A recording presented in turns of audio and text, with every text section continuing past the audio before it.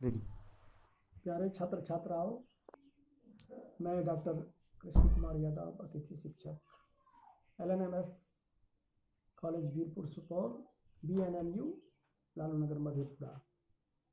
पिछले दिनों मैंने थर्ड पार्ट के छात्रों को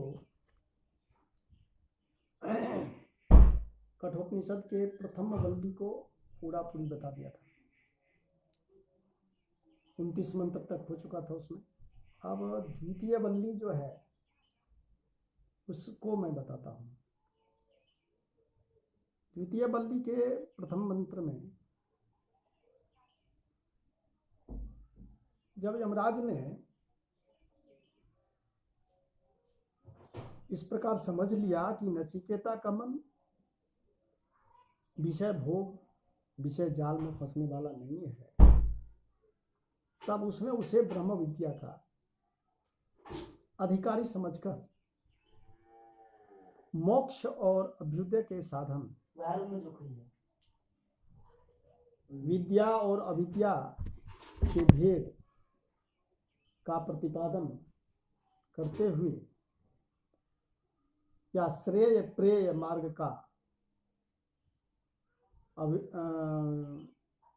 का वर्णन करते हुए प्रथम मंत्र कहता है,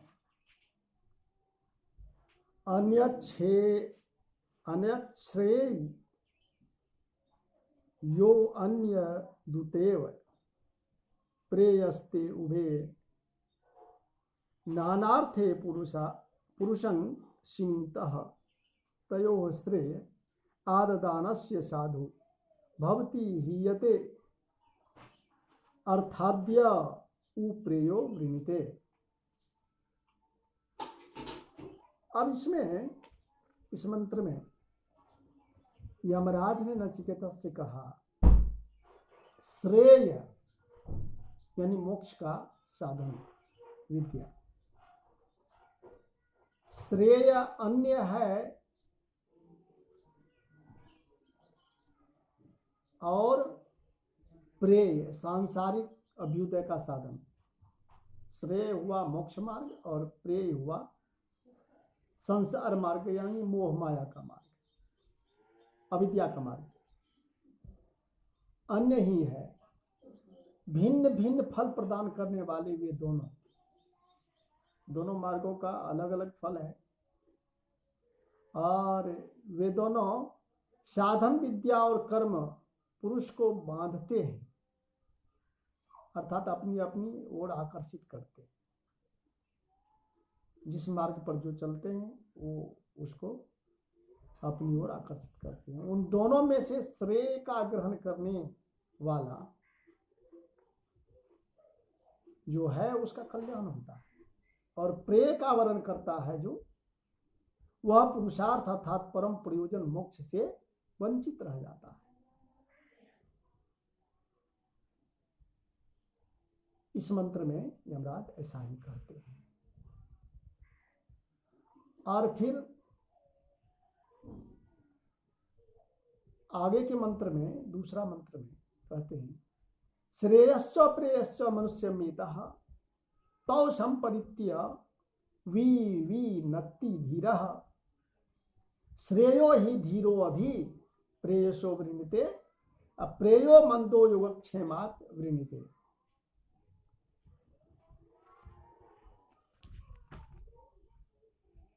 अर्थात इसमें कहते हैं कि श्रेय और प्रेय अर्थात विद्या और कर्म, ये दोनों कर्तव्य के रूप में मनुष्य के सामने आते हैं।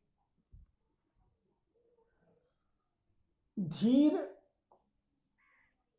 उत्तम अधिकारी जो हैं उन दोनों यानी श्रेय और प्रेय दोनों के स्वरूप पर भली भांति विचार कर उन दोनों को पृथक पृथक समझ लेता है।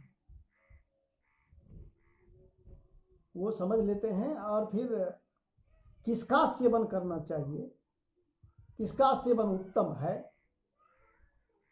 इसको ठीक से समझ लेने के बाद विवेकी जो होए जो विवेकी पुरुष हैं वे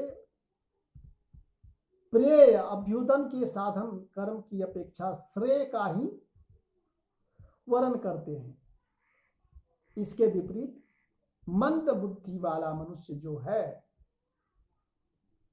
योग अप्राप्त वस्तु की प्राप्ति और क्षेम प्राप्त वस्तु के संरक्षण को इच्छा से, इन योगक्षेम की इच्छा से भोगों के साधन रूप प्रिय का वर्ण करता है।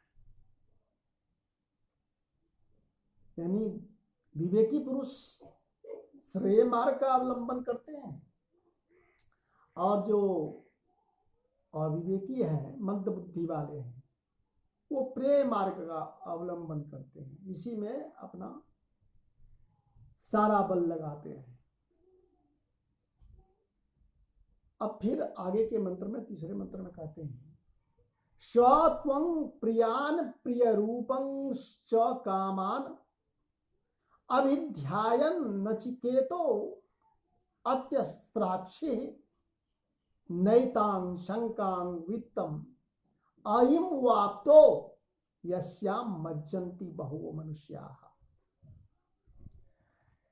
अब इसमें कहते हैं यमराज नचिकेता से, हे नचिकेता, तुम ऐसे श्रेय मार्गग्राही निष्प्रिय शिष्य हो कि तुमने प्रिय लगने वाले पुत्र धन आदि को और अत्यंत सूक्ष्म रूप वाले अप्सरा आदि, सुंदर रूप, सूक्ष्म नहीं सुंदर, अप्रतिम सुंदर रूप वाली अप्सरा आदि इस लोक और परलोक के संपूर्ण कामनाओं को भली भांति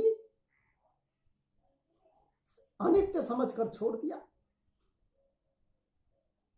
तुम्हारी बुद्धिमानी प्रशस्य है, प्रशंसनीय है, क्योंकि तुम मूढ़ जन से सेवित इस संपत्ति रूपी श्रृंखला मार्ग को नहीं प्राप्त हुए, अर्थात संपत्ति के जाल में नहीं फंसे हो, मोह माया के जाल में नहीं फंसे हो, सांसारिकता में नहीं फंसे हो, जिसमें अनेक अज्ञ जन फंसकर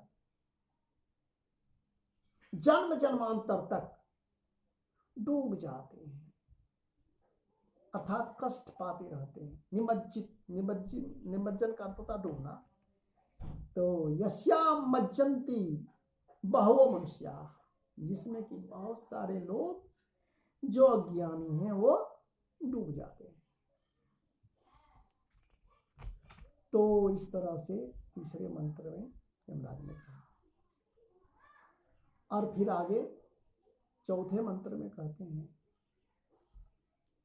दूरम एते विपरीते विशुचि अविद्या याचो विद्येति ज्ञाता विद्याभिप्सिनं नचिकेत्सं मन्ये नोत्वा कामा बहो अलोलुपंत। अब इसमें देखिए, इसमें कहते हैं विपरीते, मतलब परस्पर अत्यंत विपरीत, एक विवेक वाला दूसरा अविवेक वाला, यानी श्रेय मार्ग विवेक वाला हुआ, प्रेय मार्ग अविवेक वाला हुआ, यही हुआ विपरीत है। अभिसूची संसार और मोक्ष हेतु होने के कारण भिन्न भिन्न फल देने वाले हैं। विद्याभिप्सिनं, विद्या का अभिलाषी, और अलोलुपंत मतलब लुभाया। तो इस मंत्र में कहते हैं कि जो कर्मकांड रूप प्रसिद्ध अभ्युदय की साधन भूता अविद्या है,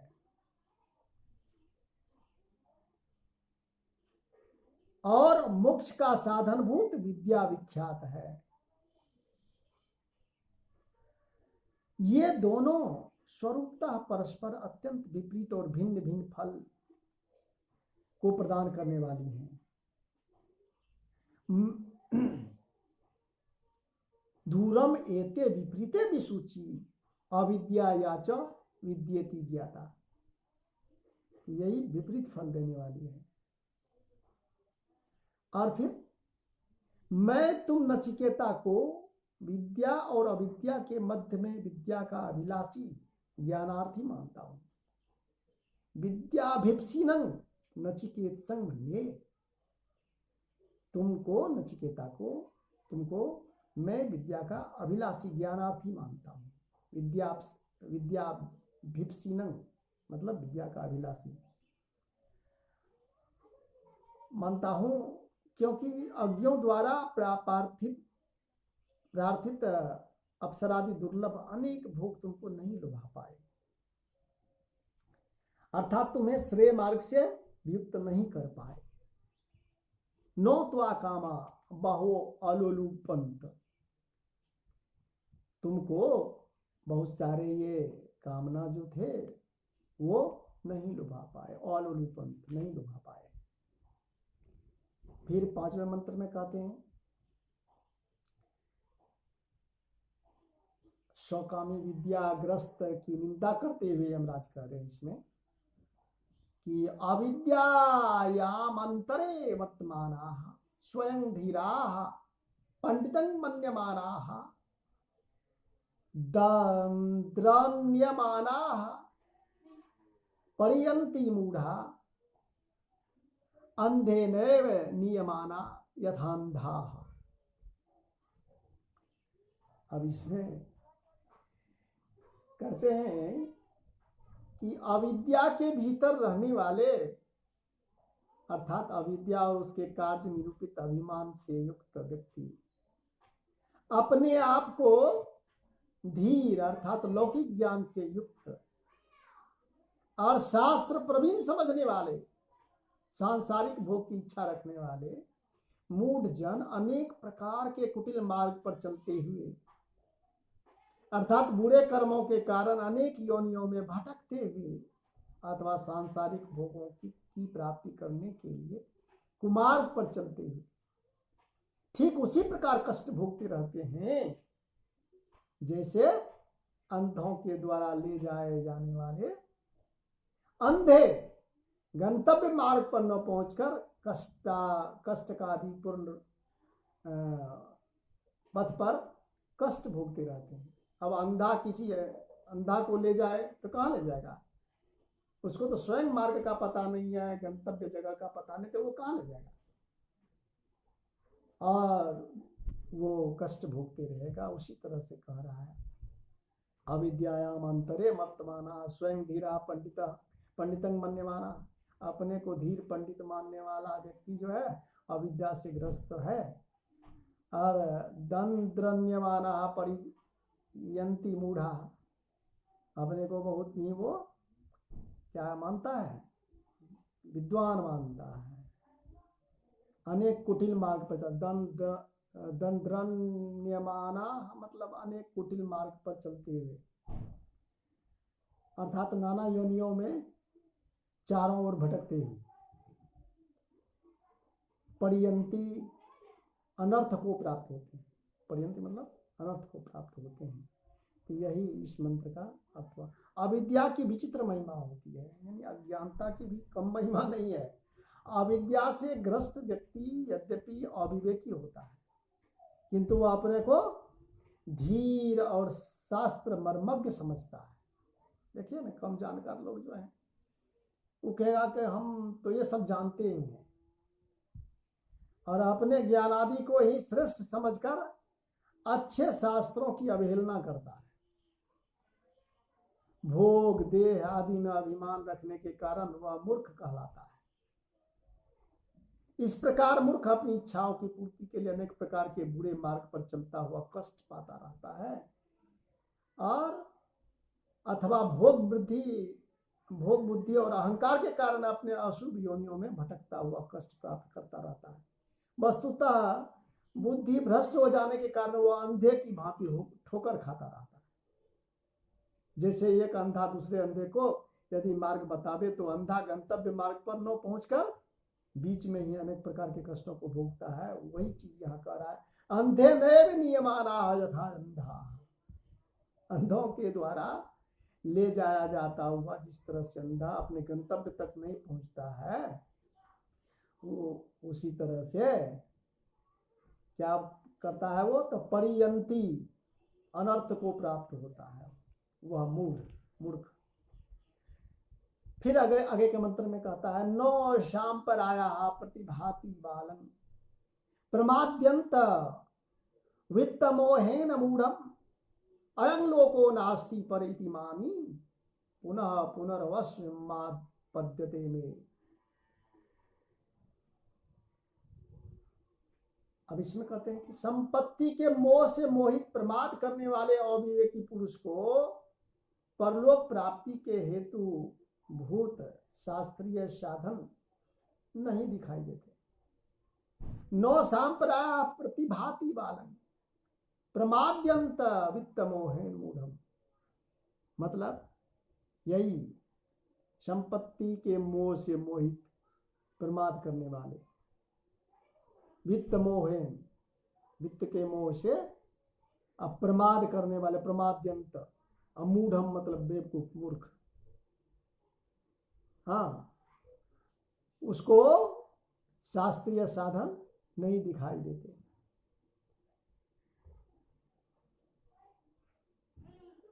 यह प्रत्यक्ष दिखाई देने वाला लोक ही सत्य है, इसके अतिरिक्त परलोक अर्थात स्वर्ग और नरक आदि लोक कुछ भी नहीं है। इस प्रकार मानने वाला अभिमानी मनुष्य बार बार जन्म लेकर मेरे वश को प्राप्त होता है। यमराज कहते हैं कि इस तरह का व्यक्ति जो है मेरे वश को प्राप्त होता है, अर्थात मैं उसको मारता हूं, मौत के शिकार बनाता हूं, अर्थात मृत्यु मुख में जाता रहता है ये इस तरह का व्यक्ति।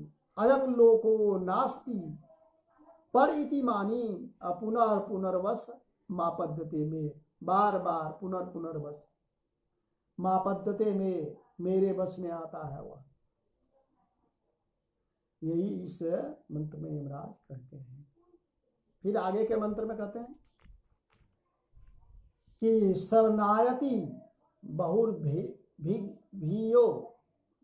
बहुभीर्यो नो लभ्य शृण्वन्तोऽपि बहु यं नो विद्युः आश्चर्यो वक्ता कुशलो अस्य लब्धाश्चर्यो आज्ञा कुशलानुशिष्टः। इस मंत्र में कहते हैं कि जो आत्म तत्व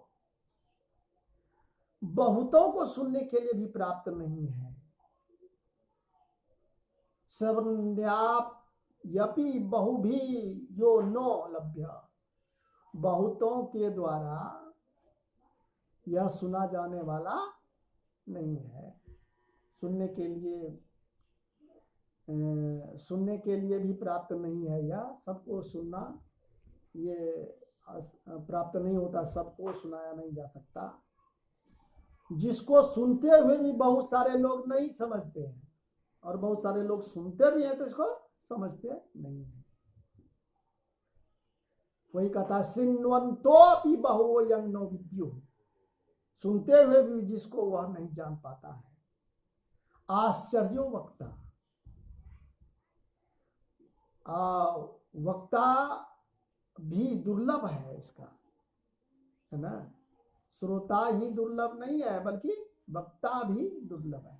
आश्चर्यो वक्ता कुशलो अस्य, कुशल वक्ता इसका बहुत ही दुर्लभ है। उसे प्राप्त करने वाला ही आश्चर्य अर्थात कोई विरल ही होता है। इसको ग्रहण करने वाला भी अत्यंत दुर्लभ है तथा कुशल अर्थात आत्म तत्व का साक्षात्कार करने वाले ज्ञानी पुरुष के द्वारा उपदिष्ट आत्म तत्व को जानने वाला भी आश्चर्यमय अर्थात अति दुर्लभ है। मतलब जानकार वक्ता भी दुर्लभ है, श्रोता भी दुर्लभ है, और फिर जो ज्ञान उसको सुनकर आत्म तत्व को जानने वाला हो उस तरह का आश्चर्यमय व्यक्ति भी दुर्लभ है। ऐसा वो यमराज इस मंत्र में बतलाते हैं। और फिर आगे कहते हैं